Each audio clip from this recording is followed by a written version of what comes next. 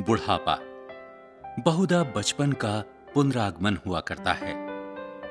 बूढ़ी काकी में जिह्वा स्वाद के अलावा और कोई चेष्टा शेष ना थी और न अपने कष्टों की ओर आकर्षित करने के लिए रोने के अतिरिक्त कोई दूसरा सहारा ही। समस्त इंद्रियां, नेत्र, हाथ और पैर जवाब दे चुके थे। जमीन पर पड़ी रहती और घर वाले कोई बात उनकी इच्छा के प्रतिकूल करते, भोजन का समय टल जाता अथवा बाजार से कोई वस्तु आती और ना मिलती तो वे रोने लगती थी। उनका रोना सिसकना साधारण रोना ना था, वे गला फाड़ फाड़ कर रोती थी। काकी के पतिदेव को स्वर्ग सिधारे कालांतर हो चुका था। बेटे तरुण हो होकर चल बसे थे। अब एक भतीजे के अलावा और कोई ना था। उसी भतीजे के नाम उन्होंने अपनी सारी संपत्ति लिख दी। भतीजे ने संपत्ति अपने नाम लिखवाते समय खूब लंबे चौड़े वादे किए, किंतु वे सब वादे केवल सब्ज बाग थे। यद्यपि उस संपत्ति की वार्षिक आय 150-200 रुपए से कम ना थी, तथापि बूढ़ी काकी को पेट भर भोजन भी कठिनाई से मिलता था। इसमें उनके भतीजे पंडित बुद्धिराम का अपराध था अथवा उनकी अर्धांगिनी श्रीमती रूपा का। इसका निर्णय करना सहज नहीं। रूपा स्वभाव से तीव्र थी पर ईश्वर से डरती थी। पंडित बुद्धिराम स्वभाव के सज्जन थे, किंतु उसी समय तक जबकि उन पर आंच ना आए। यदि द्वार पर कोई भला आदमी बैठा होता और बूढ़ी काकी उस समय अपना राग अलापने लगती तो वे आग बबूला हो जाते और घर में आकर उन्हें जोर से डांटते। माता पिता का यह रंग देखते तो बुद्धिराम के बेटे भी बूढ़ी काकी को सताया करते। संपूर्ण परिवार में यदि काकी से किसी को अनुराग था तो वह बुद्धिराम की छोटी बेटी लाडली थी। रात का समय था। बुद्धिराम के द्वार पर शहनाई बज रही थी। आज उसके बड़े बेटे मुखराम का तिलक आया है। यह उसी का उत्सव है। घर के भीतर स्त्रियां गा रही थीं और रूपा मेहमानों के लिए भोजन की व्यवस्था करने में व्यस्त थी। भट्टियों पर कढ़ा चढ़ रहे थे। एक में पूड़ियां कचौड़ियां निकल रही थीं, दूसरे में अन्य पकवान बन रहे थे। एक बड़े हंडे में मसालेदार तरकारी पक रही थी। घी और मसाले की क्षुधावर्धक सुगंध चारों ओर फैली हुई थी। बूढ़ी काकी अपनी कोठरी में बैठी हुई थी। यह स्वाद मिश्रित सुगंध उन्हें बेचैन कर रही थी। वे मन ही मन विचार कर रही थीं, संभवतः मुझे पूड़ियां न मिलेंगी। इतनी देर हो गई, कोई भोजन लेकर नहीं आया। मालूम होता है सब लोग भोजन कर चुके हैं, मेरे लिए कुछ न बचा। यह सोचकर उन्हें रोना आया, परंतु अपशकुन के भय से वे रो ना सकी।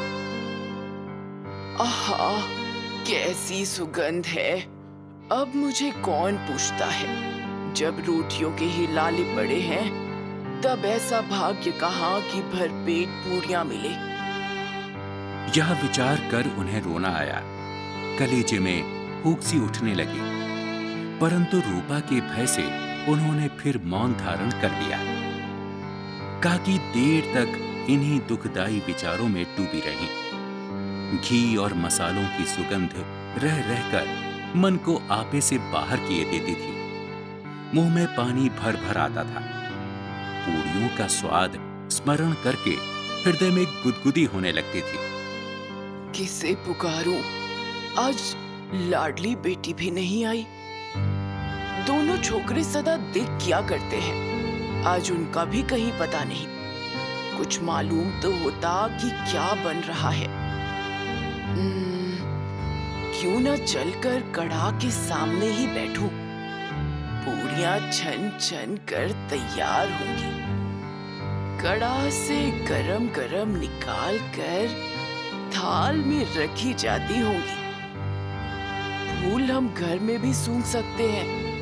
परंतु वाटिका में कुछ और बात होती है। इस प्रकार निर्णय करके बूढ़ी काकी हाथों के बल सरकती हुई बड़ी कठिनाई से चौखट से उतरी और धीरे धीरे रेंगती हुई कढ़ा के पास जा बैठी।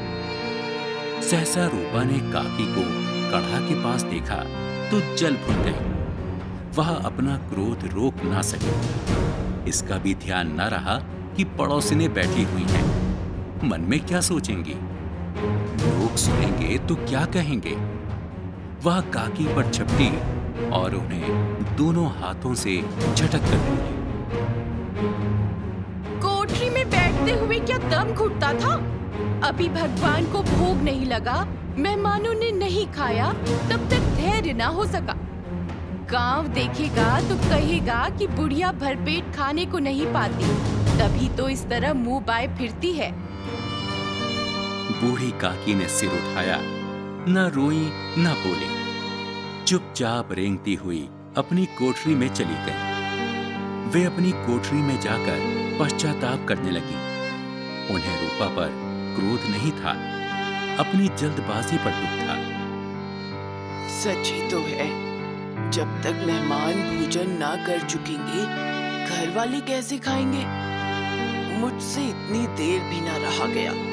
सबके सामने पानी उतर गया।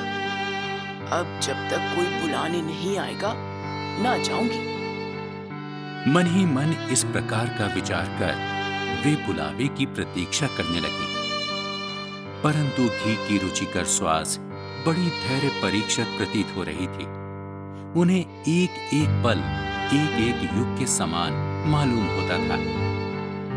वे उकड़ू बैठकर सरकती हुई आंगन में आई। परंतु हाय रे दुर्भाग्य, मेहमान मंडली अभी तक बैठी हुई थी। काकी को देखकर कई आदमी उठ खड़े हुए, पुकारने लगे, अरे यहाँ बुढ़िया कौन है? यहाँ कहाँ से आ गई? पंडित बुद्धिराम काकी को देखते ही क्रोध से तिलमिला गए। लपक कर उन्होंने काकी के दोनों हाथ पकड़े और घसीटते हुए लाकर उन्हें कोठरी में धम से पटक दिया। आशा रूपी वाटिका लू के एक झोंके से विनष्ट हो गई। मेहमानों ने भोजन किया, घर वालों ने भोजन किया, सभी भोजन कर चुके, परंतु काकी को किसी ने ना पूछा। उनके बुढ़ापे पर, दीनता पर किसी को करुणा ना आई थी। अकेली लाडली ही उनके लिए कुड़ रही थी। लाडली को काकी से अत्यंत प्रेम था। बेचारी भोली लड़की थी। बाल विनोद और चंचलता की उसमें गंध तक ना थी। दोनों बार जब उसके माता पिता ने काकी को निर्दयता से घसीटा तो लाडली का हृदय ऐंठ कर रह गया। वह झुंझला रही थी कि हम लोग काकी को पूड़ियां क्यों नहीं दे देते। क्या मेहमान सबकी सब खा जाएंगे? और यदि काकी ने मेहमानों से पहले खा लिया तो क्या बिगड़ जाएगा? वह काकी के पास जाकर उन्हें धैर्य देना चाहती थी, परंतु मां के भय से ना चाहती थी। उसने अपने हिस्से की पूड़ियां बिल्कुल ना खाई थीं। अपनी गुड़िया की पिटारी में बंद कर रखी थी। वह उन पूड़ियों को काकी के पास ले जाना चाहती थी। उसका हृदय अधीर हो रहा था। काकी मेरी आवाज सुनते ही उठ बैठेंगी। पूड़ियाँ देखकर कैसी प्रसन्न होंगी, मुझे खूब प्यार करेंगी। रात के 11 बज गए थे। रूपा आंगन में सो रही थी, पर लाडली की आंखों में नींद न आती थी। काकी को पूड़ियां खिलाने की खुशी उसे सोने न देती थी। उसने गुड़ियों की पिटारी सामने रखी थी। जब विश्वास हो गया कि अम्मा सो रही हैं, तो वह चुपके से उठी और सोचने लगी, कैसे चलूं? चारों ओर अंधेरा था। वह पिटारी उठाकर काकी की कोठरी की ओर चली। कोठरी में काकी लेटी हुई थी। सहसा कानों में आवाज आई, काकी उठो, मैं पूड़ियाँ लाई हूँ। काकी ने लाडली की आवाज पहचान ली। चटपट उठ बैठी, दोनों हाथों से लाडली को टटोला और उसे गोद में बिठा लिया। लाडली ने पूरियां निकाल कर दी। काकी ने पूछा, क्या तुम्हारी अम्मा ने दी है? लाडली ने कहा, नहीं, ये मेरे हिस्से की है। काकी पूड़ियों पर टूट पड़ी। 5 मिनट में पिटारी खाली हो गई। लाडली ने पूछा, काकी, पेट भर गया? जिस प्रकार थोड़ी सी वर्षा ठंडक के स्थान पर और भी गर्मी पैदा कर देती है, उसी प्रकार इन थोड़ी सी पूड़ियों ने काकी की क्षुधा और इच्छा को और उत्तेजित कर दिया था। बोली, नहीं बेटी, जाकर अम्मा से और मांग लाओ। लाडली ने कहा, अम्मा सोती है, जगाऊंगी तो मारेंगी। काकी ने पिटारी को फिर टटोला। उसमें कुछ खुरचन गिरी थी। बार बार होंठ चाटती थी, चटखारे भरती थी।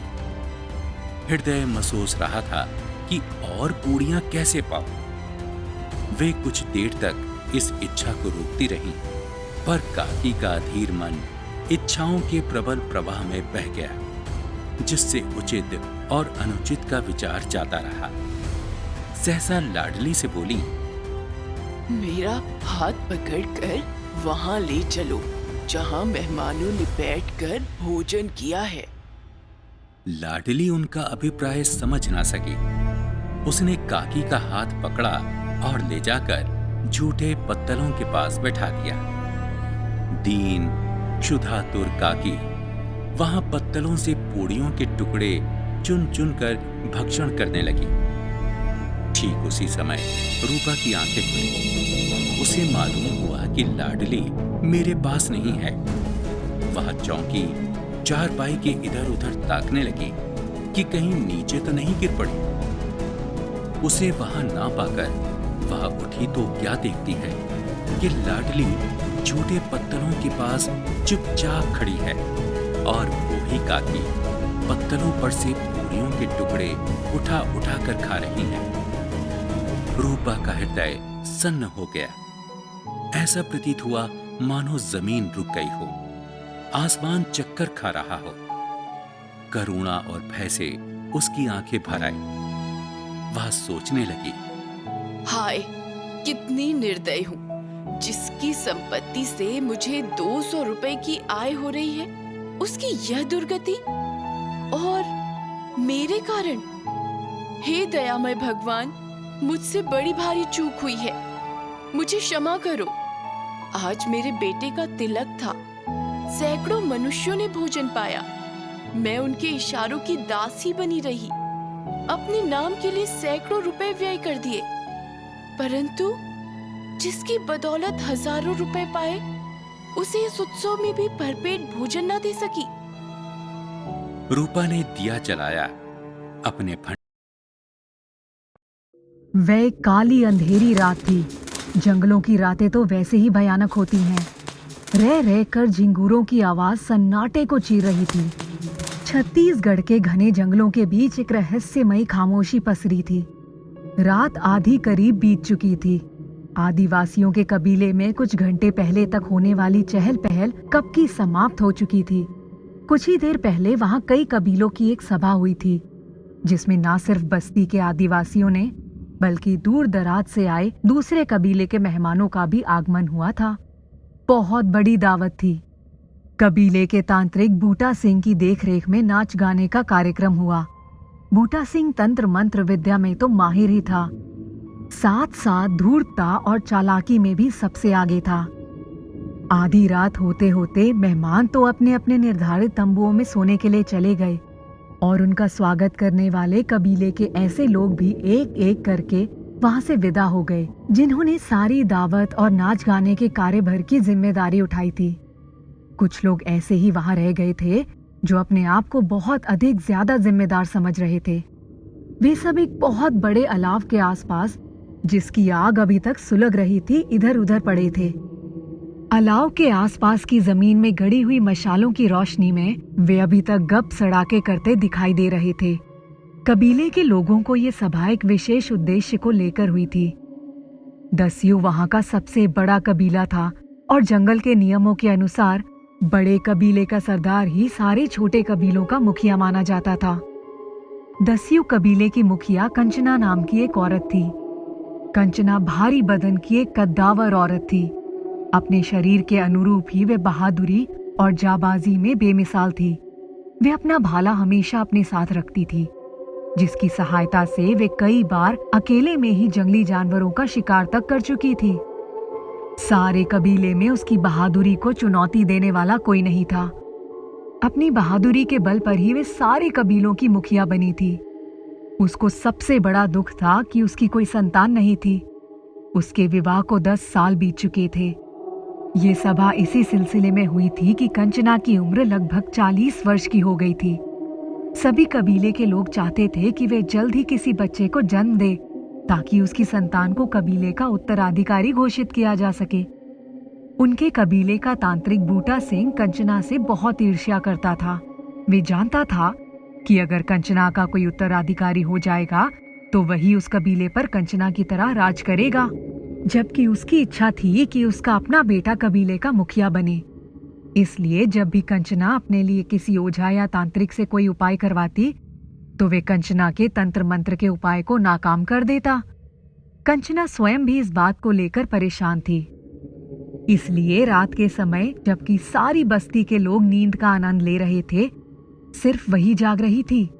उसका पति गब्बर उसके बिस्तर पर पसरा पड़ा था। कंचना ने एक वितृष्णापूर्ण नजर उस पर डाली। वे सोचने लगी, संतान पाने की लालसा सिर्फ मुझे ही है, इसको तो कोई फर्क ही नहीं पड़ता है। मैंने इतनी कोशिश की, कितने दिनों तक प्रतीक्षा की, किंतु फिर भी कुछ नहीं हो सका।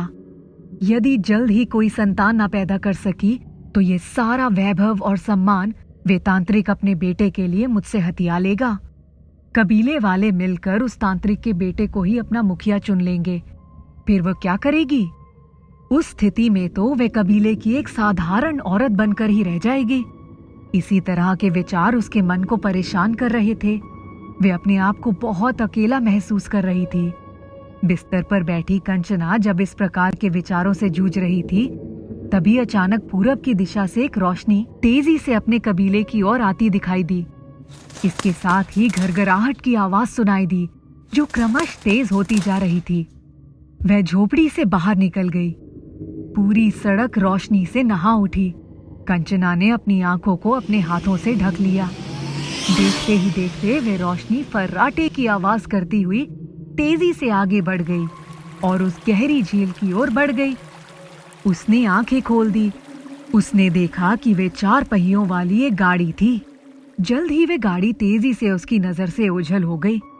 कंचना की सारी इंद्रियां सचेत हो गईं। वे तुरंत अपनी झोपड़ी की तरफ भागी। उसने देखा कि अलाव के इर्द गिर्द मशालों की चमकती रोशनी में अभी भी कुछ आदिवासी नशे में जमीन पर पड़े थे। कंचना ने एक मशाल उठा ली और अपना भाला लेकर तेजी से झील की ओर चल पड़ी। तभी उसकी नजर चलती गाड़ी से गिरती हुई किसी मानव आकृति पर पड़ी और गाड़ी फर्राटे भरती हुई सर से आंखों से ओझल हो गई। झील के किनारे पहुंचकर उसने इधर उधर अपनी दृष्टि दौड़ाई। उसने देखा कि जो मानव आकृति गाड़ी से नीचे गिरी थी, वह तो झील के किनारे ही पड़ी थी। कंचना ने पास जाकर उसका निरीक्षण किया। उसने उसे सीधा किया तो देखा वे मानव आकृति कोई स्त्री थी और चलती गाड़ी से नीचे गिरने के कारण उसके प्राण पखेरु उड़ गए थे। और फिर उसने देखा कि उससे कुछ ही दूर एक नवजात शिशु कपड़े में लिपटा हुआ पड़ा था। संयोग से शिशु को कोई नुकसान नहीं पहुंचा था, वे जीवित था। उसके शरीर में हरकत हो रही थी। कंचना एक होशियार औरत थी। उसने जल्दी से उस स्त्री के शरीर के कपड़े उतार दिए। उसके गले में किसी धातु का बना हुआ एक लॉकेट था, जिसे उसने उतारकर खुद पहन लिया। फिर उस स्त्री के कपड़ों में नवजात शिशु को उठा लिया और उसे धीरे धीरे लपेट दिया। उसने उस स्त्री के निर्जीव शरीर को गहरी नदी के जल में फेंक दिया। बच्चे को साथ लेकर वापस अपनी बस्ती में लौट आई। कंचना की झोपड़ी से किसी बच्चे की आवाज सुनकर बस्ती वाले आश्चर्य से भर गए। कंचना ने सबको रात की घटना सुनाई।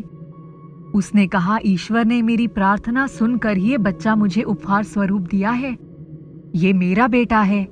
मैं ही इसका लालन पालन करूंगी। बड़ा होकर ये हमारे कबीले का मुखिया बनेगा। कबीले वाले वैसे भी दैवीय शक्तियों को अस्वीकार नहीं कर सकते थे। सबने शिशु को स्वीकार कर लिया, लेकिन कबीले के तांत्रिक बूटा सिंह ने इस प्रस्ताव को मानने से साफ इनकार कर दिया। उसने कहा कि मुझे अपने तंत्र ज्ञान से जानना होगा कि सचमुच बालक कबीले का उत्तराधिकारी बनने योग्य है या कोई जंगल के शैतान की करतूत है जो बालक का रूप धरकर आया है। दरअसल तांत्रिक बहुत ही मक्कार और लालची आदमी था। वे कबीले के भोले भाले आदिवासियों को जंगल के शैतान का खौफ दिखाकर हमेशा उनसे कुछ ना कुछ छेड़ता रहता था। उसका सबसे बड़ा स्वार्थ ये था कि अगर कंचना की इस संतान को स्वीकार कर लिया तो उसका बेटा मुखिया नहीं बन पाएगा। कंचना उसकी नीयत को अच्छी तरह से समझ रही थी, इसलिए उसने उसी रात तांत्रिक को बहुत सारा रुपया, पैसा, 3 मुर्गियां, 2 बकरियां और बहुत सारा सोना दे करके उससे अपने वश में कर लिया। फिर तो तांत्रिक का सारा संदेह छूमंतर हो गया। उसने भी शिशु को स्वीकार कर लिया। पुत्र प्राप्त होने की खुशी का उत्सव 2-3 दिन तक चलता रहा। रीति के अनुसार बच्चे का नामकरण संस्कार हुआ। बच्चे का नाम बादल रखा गया।